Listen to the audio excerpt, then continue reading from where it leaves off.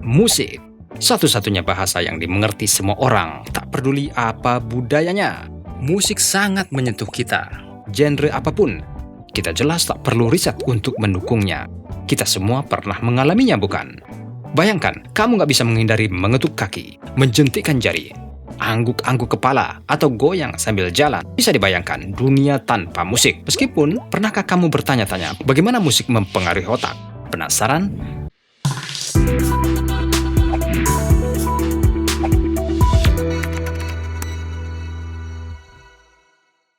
Saat kita mendengar musik favorit kita, ini memicu pusat kesenangan di otak yang melepaskan dopamin, neurotransmitter yang secara instan membuat kita merasa bahagia.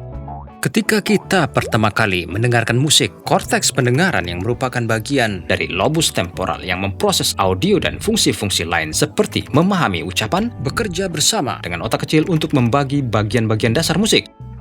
Nada dan volume. Otak kecil juga berfungsi sebagai agen yang menghubungkan amigdala, yang merupakan seperangkat neuron yang terletak jauh di lobus medial otak dan bertanggung jawab untuk memproses emosi, yang mengarah ke dopamin.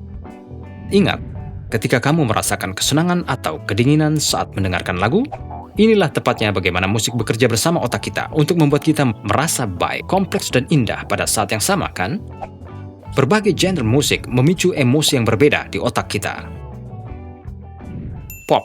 1. Hip-hop, country, dan reggae. Genre ini tentu berbeda satu sama lain tetapi memiliki efek yang sama pada otak kita. Bawaan musik yang cepat, berulang, dan asik membuat pendengar senang dan ingin menari atau bernyanyi bersama. Genre ini pelepas penat rutinitas harian yang sempurna. 2. Metal dan rock. Musik metal dan rock diketahui bisa membantu mengatasi stres dan perasaan tertekan. Ironi genre ini adalah bahwa geraman, jeritan, tabuhan drum sebenarnya membantu orang merasa lebih tenang dan mengurangi tekanan mereka. 3. Klasik dan jazz. Klasik dan jazz adalah genre yang lebih kompleks, yang memiliki not musik baru di hampir setiap bagian, bukan pengulangan. Mendengarkan genre ini membantu meningkatkan fokus dan perhatian visual, juga memicu sikap positif. 4. EDM dan trance. EDM atau Electro Dance Music dan Trance Music secara instan membebaskan dan mentransfer kamu ke level yang sama sekali baru. Orang-orang yang menikmati genre ini mengungkapkan suasana hati yang tinggi dan bahagia setelah mendengarkan musik mereka. Sekarang kita tahu apa yang disuarakan orang bawel. 5. Musik melankolis. Berlawanan dengan reputasinya, musik melankolis sebenarnya membantu pendengar memproses perasaan mereka sendiri melalui musiknya sang artis, berefleksi, dan akhirnya merasa lebih baik. Jadi, lain kali, nggak usah malu larut dalam musik melankolis jika kamu sedang galau. 6. Penyembuhan atau musik meditasi. Mendengarkan genre musik ini adalah terapi. Ini memiliki dampak langsung pada sistem saraf parasimpatis yang membantu tubuhmu rileks dan siap terlelap. Musik penyembuhan juga membantu kamu menjadi tenang saat cemas dan dikenal sebagai genre yang sempurna untuk berlatih meditasi. Musik adalah pelarian dan memiliki kekuatan untuk mempengaruhi kamu dengan setiap nada. Menjadi pendengar musik yang aktif juga membantu mengurangi kemungkinan kejang, menjadikanmu komunikator yang lebih baik, membangkitkan kenangan, membantu pasien Parkinson, membuat orang jadi lebih kuat secara mental. Sekarang kita tahu bahwa musik adalah pengaruh yang sehat bagi otak kita dan bukan hanya selingan belaka. Jadi, apa yang ada di playlist kamu selanjutnya?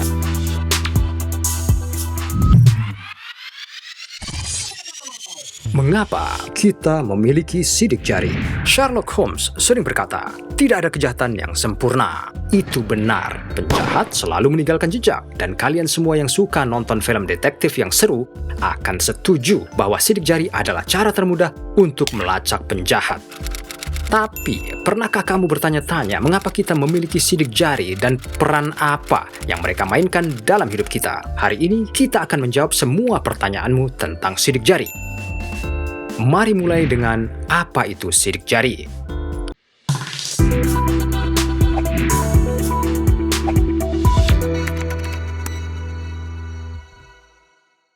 Sidik jari adalah kesan atau tanda yang ditinggalkan oleh gesekan dari jari manusia.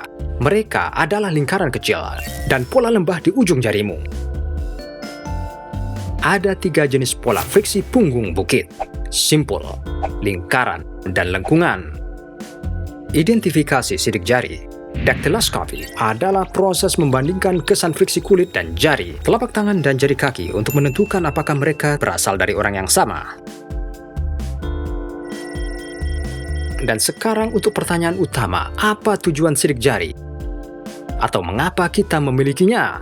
Nah, para ilmuwan telah lama beralasan bahwa sidik jari membantu manusia mencengkram objek dengan menciptakan gesekan. Mereka berpikir bahwa punggungan pada sidik jari kita mungkin telah membantu nenek moyang kita meraih permukaan yang kasar. Satu lagi kemungkinan tujuan sidik jari adalah bahwa sidik jari membantu kita meningkatkan indera sentuhan dan membantumu mengidentifikasi objek. Di bawah punggungnya terdapat mekanoreseptor, sejenis reseptor sensorik yang merespons friksi yang disebabkan oleh gerakan ujung jari di sepanjang permukaan atau bahan dan mengirimkan informasi sentuhan ke otak.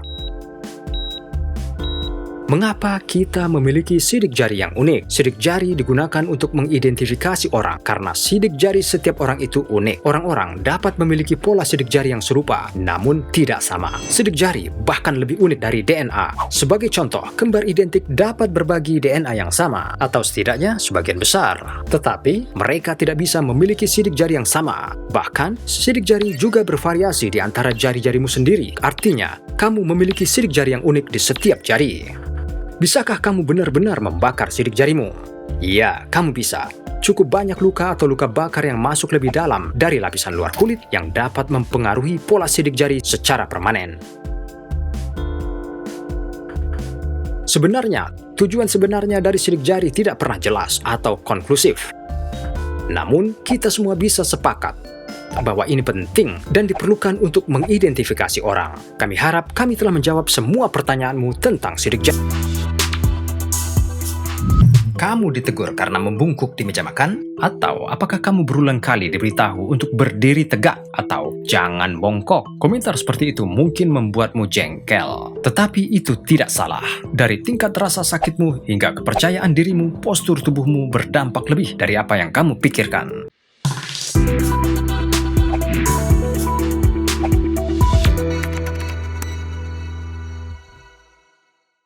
Postur tubuhmu saat duduk atau berdiri adalah fondasi untuk setiap gerakan yang dilakukan tubuh dan dapat memainkan peran penting dalam bagaimana tubuhmu dapat beradaptasi dengan tekanan yang diberikan padanya. Tekanan ini termasuk duduk dalam posisi canggung atau membawa beban berat atau yang paling penting, gravitasi. Dengan postur yang salah, otot harus bekerja lebih keras agar kamu tetap seimbang dan tegak. Seiring waktu, postur yang buruk dapat melemahkan tubuhmu dan menyebabkan masalah lain seperti 1. Menimbulkan kausan ekstra pada sendi dan ligamenmu. 2. Meningkatkan kemungkinan cedera. 3. Membuat beberapa organ seperti paru-parumu kurang efisien. 4. Mempengaruhi kondisi emosionalmu dan kepekaan terhadap rasa sakit. Banyak penelitian menunjukkan bahwa secara rata-rata postur tubuh kita semakin memburuk dengan meningkatnya penggunaan komputer, perangkat seluler, dan elektronik lainnya yang mendorong pandangan ke bawah untuk periode waktu yang lama. Jadi, bagaimana postur yang baik? Ketika kamu melihat tulang belakang dari depan atau belakang, semua vertebra harus sejajar dalam garis lurus yang ditumpuk satu sama lain. Dari samping, tulang belakang harus memiliki 3 kurva, 1 di leher, 1 di bahu, dan 1 di bagian belakangmu. Jika mereka disejajarkan dengan benar, ketika kamu berdiri, kamu harus dapat menarik garis lurus dari titik tepat di depan bahumu, ke belakang pinggul, ke depan lutut, ke berapa inci di depan pergelangan kakimu. Ini menjaga pusat gravitasimu tepat di atas basis dukungan yang memungkinkanmu bergerak lebih efisien dengan sedikit ketegangan otot. Saat duduk, leher harus tegak, jangan dimiringkan ke depan. Bahu harus rileks dengan lengan dekat ke tubuhmu. Kakimu harus rata di lantai dengan lutut ditekuk pada sudut 90 derajat. Berikut ini beberapa tips untuk memperbaiki postur tubuhmu. Jika kamu menghabiskan banyak waktu di meja, cobalah mengaturnya kembali. Pastikan semua bagian tubuh seperti pergelangan tangan dan siku didukung. Kamu dapat menaikkan layar sehingga setinggi mata atau tepat di bawah batas mata. Kamu juga harus mencoba tidur miring dengan leher ditopang dengan benar dan bantal di antara kedua kaki. Kenakan sepatu dengan dukungan lengkung yang baik dan tumit rendah. Tidak ada lagi sepatu hak tinggi. Ransel harus dikenakan saat bersentuhan dengan punggung dan seimbang. Jika kamu sering duduk, bangun dan bergeraklah sesekali dan pastikan untuk berolahraga. Menggunakan otot-ototmu akan membuat mereka tetap bugar untuk mendukung semua gerakan tubuh. Konsultasikan dengan terapis fisik jika benar-benar khawatir tentang postur tubuhmu. Kami harap kamu mempelajari sesuatu yang baru hari ini. Terima kasih telah like,